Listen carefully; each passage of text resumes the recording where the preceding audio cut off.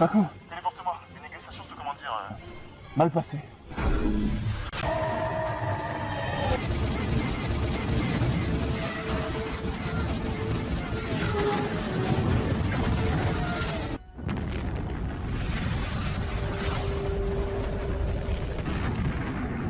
Salut le guetteur, c'est Tech, le nouveau chef de l'Alliance Luxienne, et à bord de mon attaque, je vais détruire la Tori. Non, je rigole, en fait, je suis pas dans un vrai attaque, je suis dans les décors de Atlante Prop, et comme vous en doutez, aujourd'hui on se retrouve pour une vidéo assez spéciale. En fait, il s'agit de l'épisode 2 de la vidéo que Mario avait fait il y a 4 ans, où il compare Stargate à la réalité. Et aujourd'hui, on va comparer le programme spatial de Stargate au nôtre. Et pour ça, on va aller à la Cité de l'Espace qui est à Toulouse, pour voir l'évolution des progrès technologiques qu'on a fait dans ce domaine. Car désolé de vous décevoir, mais la porte des étoiles n'existe pas. Bon allez, c'est parti, direction Toulouse.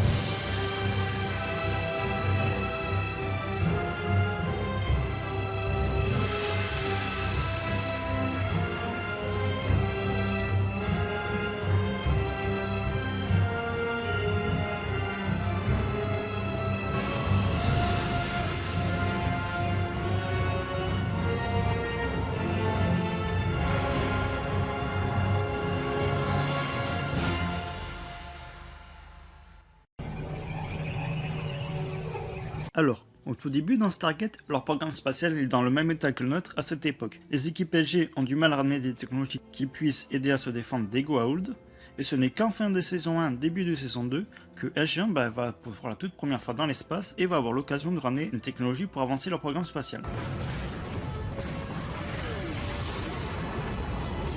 Mais ce qui nous intéresse se passe un peu avant. En effet, lors de ce double épisode, l'agent se retrouve à bord d'un attaque Goa'uld. Seulement, le vaisseau possédant une gravité artificielle, ce n'est que lors de son accélération en hyperespace que Carter se rend compte qu'ils sont non pas sur une planète, mais à bord d'un vaisseau spatial. Nous ne sommes pas sur une planète, n'est-ce pas? C'est exact. Nous sommes à bord d'un vaisseau de transport de troupes Goa'uld. Et la secousse de tout à l'heure, c'était... Une hyper-accélération.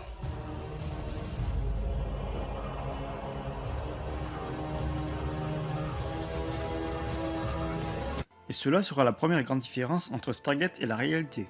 C'est que dans Stargate, les vaisseaux spatiaux ont leur propre gravité artificielle. Mais dans la réalité, on ne sait pas le faire. Et oui, nos astronautes sont soumis à l'oppesanteur dans l'espace. Et ce n'est pas sans conséquence sur eux, car leur physiologie change. En effet, sous l'oppesanteur, nos vertèbres s'écartent, nous faisant gagner quelques centimètres. Mais malheureusement, nous retrouvons notre taille une fois de retour sur Terre.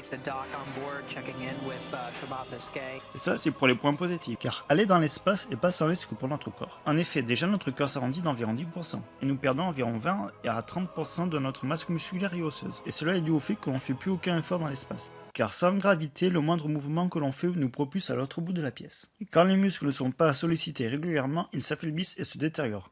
C'est ce qu'on appelle une atrophie musculaire. Et pour contrer ce phénomène, enfin plutôt pour le ralentir, les astronautes de la Station Spatiale Internationale doivent suivre un entraînement intensif tous les jours, en faisant des exercices environ 2h30 par jour. Ensuite, la différence entre Stargate et la réalité, c'est la manière d'aller dans l'espace. En effet, là où le programme de Stargate fait un grand bond en avant, c'est quand ils construisent le F-302, qui, hormis le X-301, était un planeur de la mort modifié. Le X-302 est le premier vaisseau terrien à pouvoir aller dans l'espace. En effet, le F-302 est un chasseur apte au combat aussi bien en atmosphère que dans l'espace. Il possède 2 moteurs à réaction modifiés avec des boosters, un générateur de propulsion Goa'uld, et possède un propulseur de fusée pour pouvoir aller dans l'espace. Vous avez vu comment c'est petit? Dans la réalité, c'est très peu probable qu'un tel engin puisse aller dans l'espace.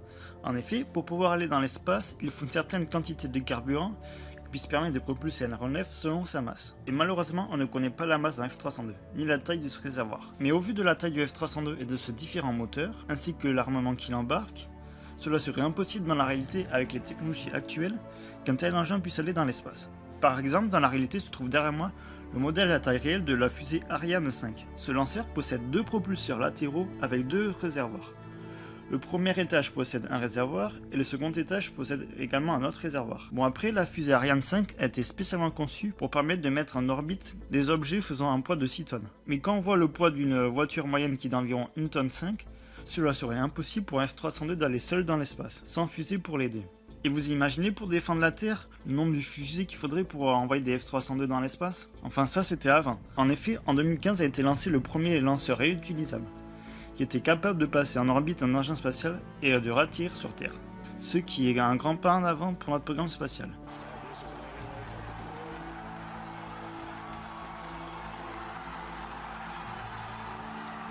Puis, par la suite, en parallèle du F-302 dans Stargate, un autre programme spatial avait été lancé, dans le code Prométhée, soit le X-303, le tout premier croiseur terrien capable de rivaliser avec un attaque Goa'uld. Construit dans la zone 3792 de la zone 51, le Prométhée possédait entre autres des nacelles antigravité, lui permettant d'entrer et de sortir de son hangar souterrain, d'un moteur d'hyperpropulsion pour voyager en hyperespace, merci les Asgard, et de moteurs subluniques pour voyager dans l'espace en propulsant le vaisseau à une vitesse de 180 000 km par seconde, soit à peu près à moitié de la vitesse de la lumière. Et malgré que tout ceci reste de la science-fiction, on peut rapprocher au X-303 un projet d'envergure dans notre programme spatial, le Starship de la société SpaceX, créé et dirigé par Elon Musk, le fondateur de Tesla, qu'on peut comparer dans Stargate à Alex Coulson, qui dirigeait de nombreuses sociétés, dont une de ces entreprises avait participé à la création du F-302. Et bref, ce n'est pas le sujet. Alors, le Starship est bien qu'en cours de développement, le premier vaisseau spatial digne de ce nom, qui a pour ambition de faire voyager des humains dans l'espace pour des longs trajets, notamment pour aller sur Mars. Et d'ici un mois, au moment où sort cette vidéo, le Starship effectuera son premier vol orbital. Puis, si tout va bien, cet été, il participera au programme Artemis, qui est de ramener à la surface de la Lune des humains. Et oui, vous avez bien entendu, on retourne sur la Lune.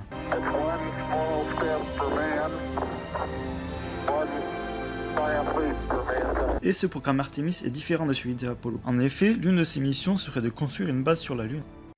Je voudrais qu'on en profite pour parler des plans de la nouvelle base lunaire, mon général. Quelle base lunaire? Ensuite, une autre différence qu'il y a entre Stargate et la réalité, c'est la collaboration entre les différents pays. Car après la révélation du programme Porte des Étoiles aux autres nations, et après une collaboration non passant mal de la part des États-Unis, ne voulant pas partager leurs secrets, notamment avec les Russes, Nous ne sommes pas ici pour négocier avec vous, colonel. Oh, mais au contraire, Major. C'est exactement pour ça que vous êtes là. on voit arriver dans Stargate une sorte de collaboration entre les différents pays de la Terre. Et cela commence vraiment par l'expédition d'Atlantis, composée de plusieurs pays, dont la République tchèque, et dont le docteur Zelenka insulte souvent le docteur Mackay dans sa langue natale. Et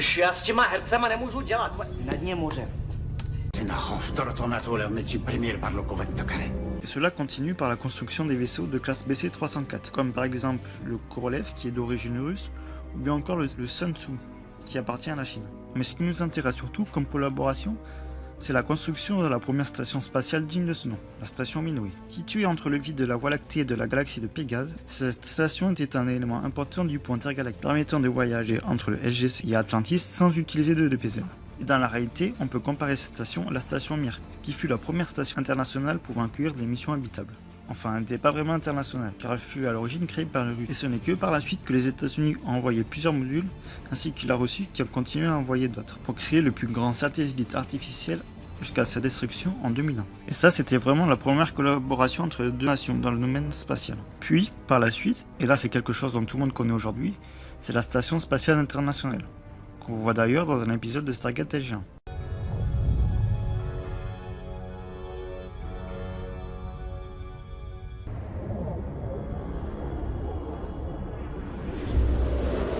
Par contre, ce que certains d'entre vous ignorent, c'est que notre belle station internationale va dans quelques années devenir obsolète, tout comme la station Mir. Et du coup, à l'heure où je vous parle, son avenir est encore incertain. D'ailleurs, il y a plusieurs débats qui ont lieu en ce moment. Alors soit la station est laissée à l'abandon et à force la gravité terrestre va l'entraîner dans l'atmosphère, ce qui va entraîner sa destruction, ou alors soit la station est envoyée au loin dans l'espace. Ou bien encore, il se pourrait que la station devienne un musée et dont des entreprises privées enverraient des civils dans l'espace. Comme par exemple l'entreprise d'aéronautique Boeing aimerait le faire. Mais si la station spatiale internationale sera prochainement détruite, on devrait avoir dans pas longtemps nouvelle station, son nom Gateway. Il s'agira d'une station qui sera en orbite autour de la Lune, faciliter les missions lunaires du programme Artemis et qui servira de base avancée pour les missions sur Mars. Bon voilà, j'espère que cette vidéo vous aura plu. N'hésitez pas à la partager sur les réseaux ou à laisser un commentaire car c'est la vidéo qui m'a demandé le plus de travail. Allez, salut les Gators.